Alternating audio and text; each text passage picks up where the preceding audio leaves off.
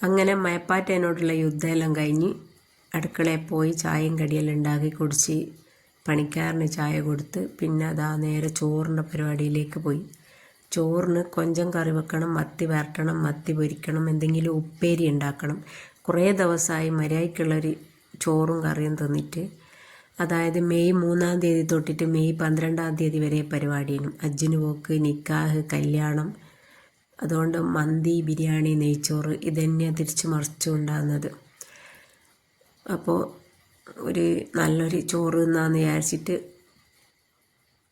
മീനെല്ലാം വാങ്ങിയത്. പക്ഷെ ഇതൊന്നും ഉണ്ടാക്കാൻ അടുപ്പില്ല. അങ്ങനെ അരി മീത്തൽ തറവാട്ടിൽ കൊണ്ടുപോയിട്ട് അരി അടുപ്പത്തിട്ട് പിന്നെ അതേപോലെ തന്നെ കൊഞ്ചം കറീൻ്റെതും മത്തി അതെല്ലാം അവിടെ കൊണ്ടുപോയി വെച്ച് കൊടുത്ത്. പിന്നെ പൊരിക്കേണ്ടതും ഉപ്പേരീൻ്റെതും വറവ് ഉണ്ടാക്കേണ്ടതെല്ലാം ഇവിടുന്ന് തന്നെ ആക്കാമെന്ന് വിചാരിച്ച് ഇങ്ങനെ കുടുക്ക അടുപ്പത്ത് വെക്കുന്ന പരിപാടിയെല്ലാം ആടുന്ന് ആക്കാമെന്ന് വിചാരിച്ച്. പിന്നെ ഗ്യാസും വലങ്ങാലിമലെത്തിക്ക് മാർച്ച് 26, 23, 26 ഓർഡർ ആക്കിയോലിക്ക് കിട്ടിക്ക്. ഞാൻ മാർച്ച് 29 ഓർഡർ ആക്കിയത്. ഓലിക്കെല്ലാം 2 ആഴ്ച മുന്നേ കിട്ടിക്ക്. അങ്ങനെ അതാ ഉപ്പേരി ഉണ്ടാക്കി. പിന്നെ ഓരോ കറികളും വറവ് കഴിച്ച് പിന്നെ മീൻ പൊരിക്കാനിട്ട് കൊടുത്തു.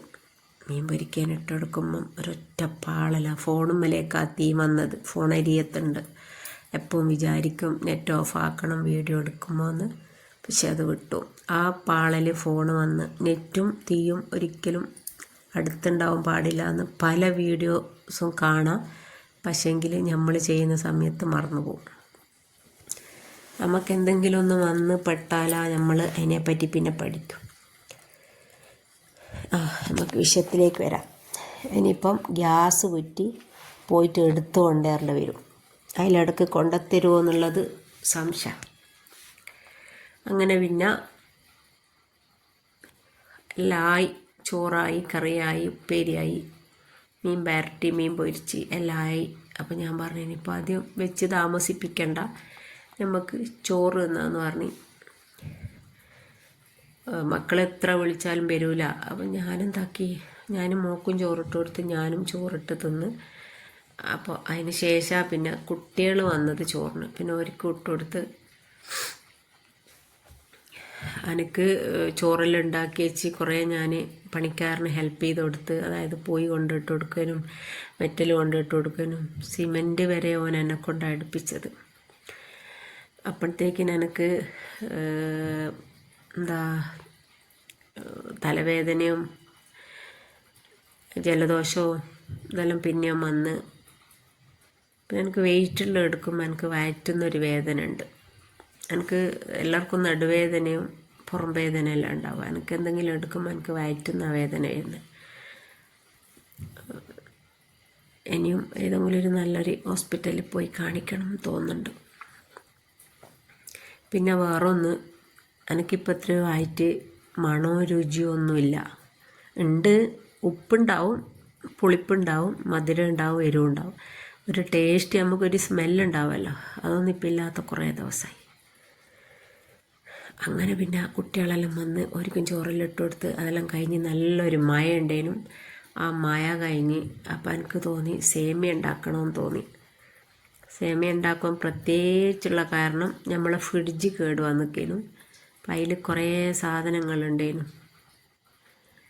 മറ്റേ മറന്നുപോയി,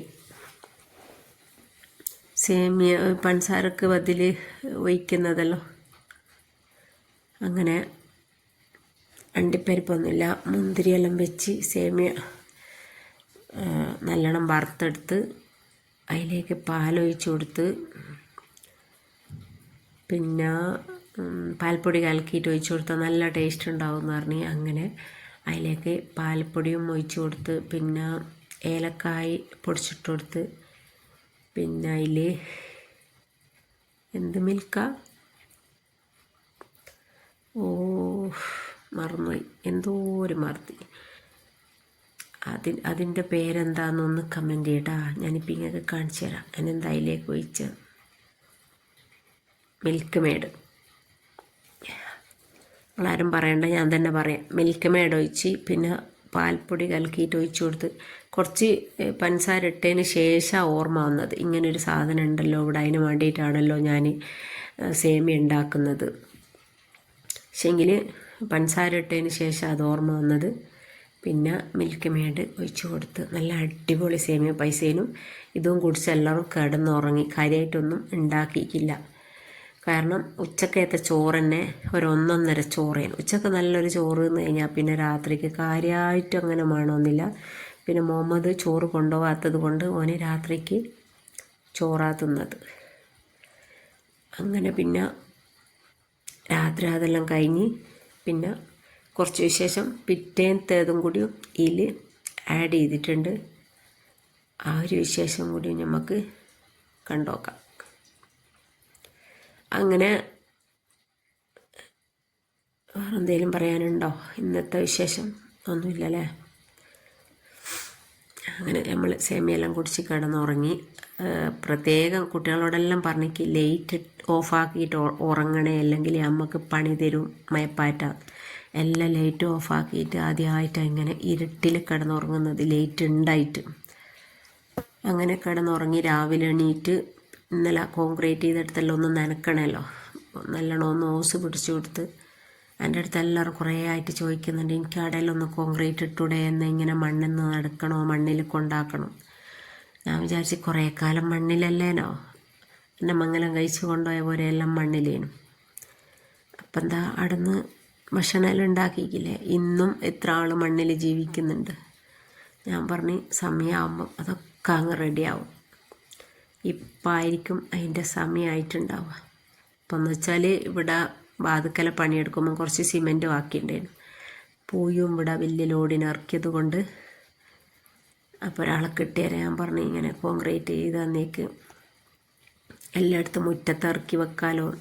അങ്ങനെയാണ് ഇത് ചെയ്യാൻ തുടങ്ങിയത്. പിന്നെ അതെല്ലാം കഴിഞ്ഞ് അടുക്കളയിൽ വന്ന് പയം പാട്ടി മക്കളെ മദ്രസ കൊണ്ടാക്കണം. അപ്പോൾ ഒരാൾ ഇന്നലെ സേമിയം കുടിക്കാണ്ടേന് ഉറങ്ങിയത്. അപ്പോൾ ഓള് സേമിയം കുടിച്ച് പഴം തിന്ന്. ഞാനവരെ മദ്രസ കൊണ്ടാക്കി വരുമ്പം ഇന്നലത്തെ മയപ്പാറ്റേനെ ഊതി വെക്കുന്ന കൊക്കും കാക്കയെല്ലാം. അപ്പം ഞാനവിടെ നിന്നൊരു പൂവിൻ്റെ ഫോട്ടോയിലെടുത്ത് അടുക്കളയിൽ വന്ന് രാവിലെ പോകും മുന്നേ അരി അരച്ച് വെച്ചിക്കേനും കറി ഉണ്ടാക്കി കുറേ ഉണ്ടാക്കി വെച്ചിക്കേനും. അത് വറവെല്ലാം കഴിച്ച് ഞാൻ പിന്നെ ദോശ ഇട്ട് ഇന്നലെ ഉച്ചക്ക് തിന്നേണല്ലോ ചോറ്. അങ്ങനെ ഞാൻ തലേന്നത്തെ മീൻ കറിയും നല്ല മീൻ വരട്ടിയതും ഇത് കൂട്ടിയിട്ട് ദോശ തിന്നാൻ പറഞ്ഞ രസമാണ്. അങ്ങനെ ഞാൻ ചുടുന്നെടുത്ത് തന്നെ ദോശ ഇട്ട് ഇത് പണ്ട് ഉമ്മാമ ഇങ്ങനെ ചുട്ടെടുത്തിട്ടുണ്ട്. ദോശ ഒന്നും തിന്നുകൊണ്ടിരിക്കും ഉമ്മാമ ഇങ്ങനെ ചുട്ടി വിട്ടിട്ട് തരും. അന്നേരം പിന്നെ അമ്മക്കാരും ചുട്ടേരാനൊന്നുമില്ലടോ, നമ്മൾ തന്നെ ചുട്ടിട്ട് തിന്നല.